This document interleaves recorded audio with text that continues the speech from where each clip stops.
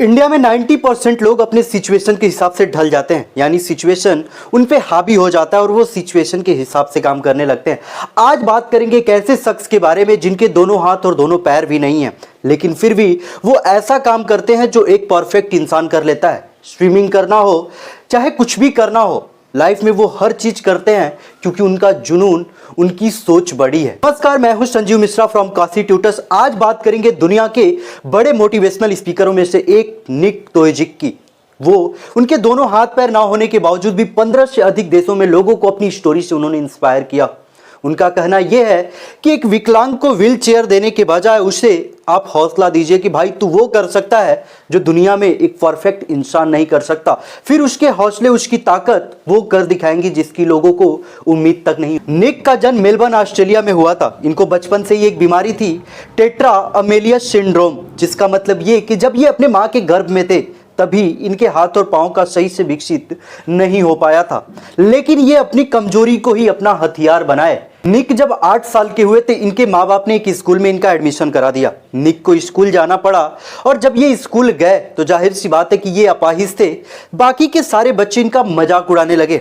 इसी वजह इनके स्कूल में कोई इनका दोस्त भी नहीं बन पाया और फिर ये धीरे धीरे डिप्रेशन में जाने लगे, क्योंकि जाहिर सी बात है कि एक लड़के के साथ जब उसके साथ पढ़ने वाले बच्चे दुर्व्यवहार करेंगे तो वो लड़का क्या सोचेगा। और यही रीजन है कि निक 10 साल की एज में ही सुसाइड करने का फैसला कर ले। इस समय इस परिस्थिति में सबसे ज्यादा इंपॉर्टेंट होता है फैमिली का सपोर्ट, और निक के माँ बाप, उनके भाई बहन ने भी पूरा उनका सपोर्ट किया। निक का सुसाइड करने का फैसला तो टल गया, लेकिन एक मुसीबत ये थी कि वो फ्यूचर में और क्या करेंगे।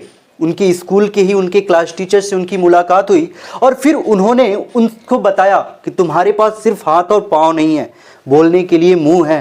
तुम वो चीज़ें कर सकते हो जो दुनिया में जिसके पास मुंह नहीं है वो नहीं कर पाता। निक सोचे कि मैं क्या कर सकता हूँ। उन्होंने बताया कि लोगों को अपनी स्टोरी सुनाओ तुम, और फिर निक ये बात सुनने के बाद कभी पीछे मुड़ के नहीं देखे।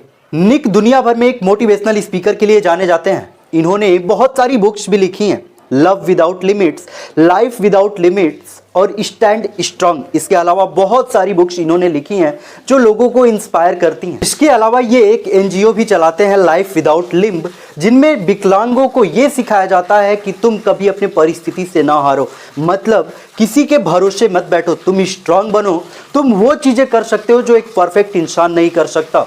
इनकी स्टोरी हमें यही सिखाती है कि परिस्थिति हम पर नहीं बल्कि हमें परिस्थिति पर भारी पड़ना चाहिए। इनके शादी भी हुई और इनके आज 2 बच्चे भी हैं। तो इनकी स्टोरी आपको क्या सिखाती है, हमें कमेंट बॉक्स में लिख के जरूर बताइएगा।